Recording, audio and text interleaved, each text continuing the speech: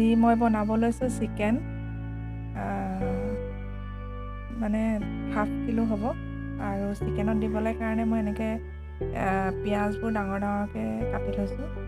এটা পিঁয়াজ মানে প্ৰায় 6 টুকুৰামান কৰিছোঁ, আৰু সৰু আলুগুটি লৈছোঁ। আৰু ইয়াত দিবলৈ মছলাখিনি বিশেষ একো নাই, তেজপাত দিছোঁ আৰু ইয়াতে আদা নহৰু খুন্দি দিছোঁ দেই। তাতে মই এতিয়া পিঁয়াজখিনি ভাজি ল'ম। পিঁয়াজখিনি ভাজোঁতে তেলটো অকণ কম, মুৰ্গীৰ মাংসখিনি এড কৰিম, লগতে খুন্দি ৰখা আদা আৰু নহৰুখিনি।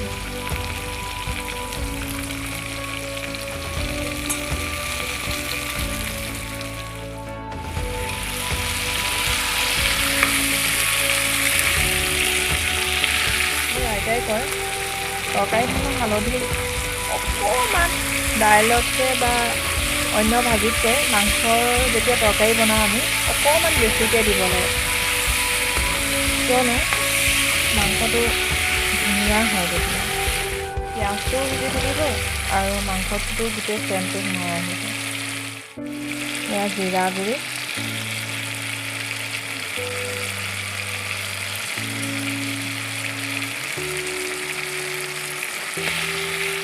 জিৰা যিমানে আপুনি গুড়ি কৰিব, একচুৱেলি মিক্সিত যদি পিচি পেলাই জিৰা গুড়ি কৰি থয়, সেই জিৰা গুড়ি ইমান টেষ্ট নুঠে।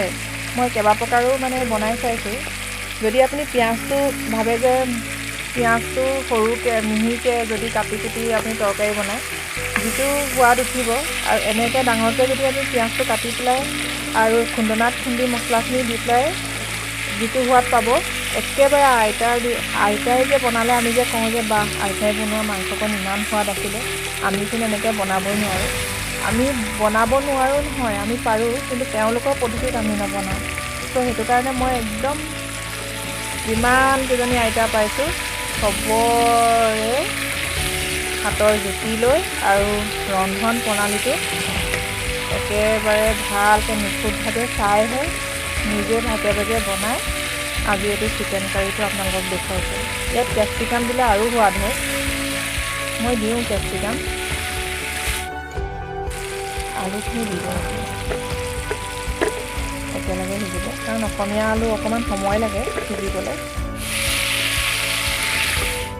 এতিয়া আমি মছলাকণ ঠিক কৰি লওঁ, মানে মই যে তেলত ভাজি থোৱা যিখিনি মছলা আছিলে, লং, ইলাচি, ডালচেনি, ইলাচি, লং দিয়া নাই ইয়াত। আৰু ইয়াত মই এড কৰিম অকণমান জালুক দিলে মুৰ্গী মাংসৰ সোৱাদ বেছি ধুনীয়া হয়। সেইটো কাৰণে মই নিজৰ সোৱাদ অনুযায়ী নিজে যিমান জ্বলা খাব পাৰে,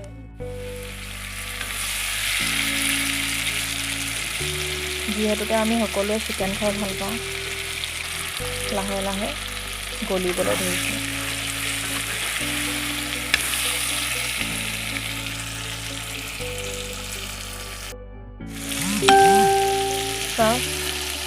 আলুখিনি ধুনীয়া ৰঙা এটা, একদম ৰঙা নহয়, বাদামী কালাৰ ৰং এটা আহিছে।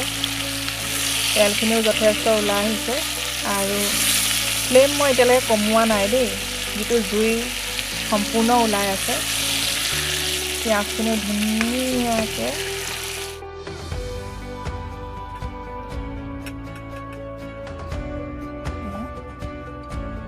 খুন্দি থোৱা দি দিছোঁ। জালুকখিনি সদায় এনেকৈ ছটিয়াই দিব লাগে, তেতিয়াহে জালুকৰ যিটো ৰস আৰু যিটো টেষ্ট তেতিয়াহে ওলায়।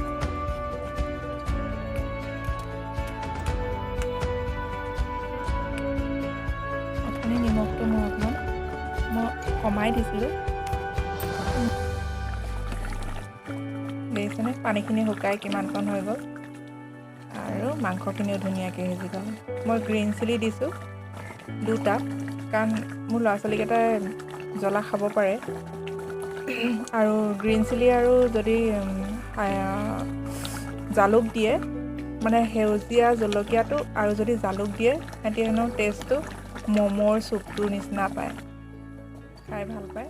জ্বলা নথকা জলকীয়া দিছোঁ, কিন্তু চেণ্টটো ধুনীয়াকৈ সোমাই যায়। আপোনালোকৰ যদি মোৰ ভিডিঅ'টো চাই ভাল লাগিলে প্লিজ লাইক শ্বেয়াৰ আৰু ছাবস্ক্ৰাইব কৰিব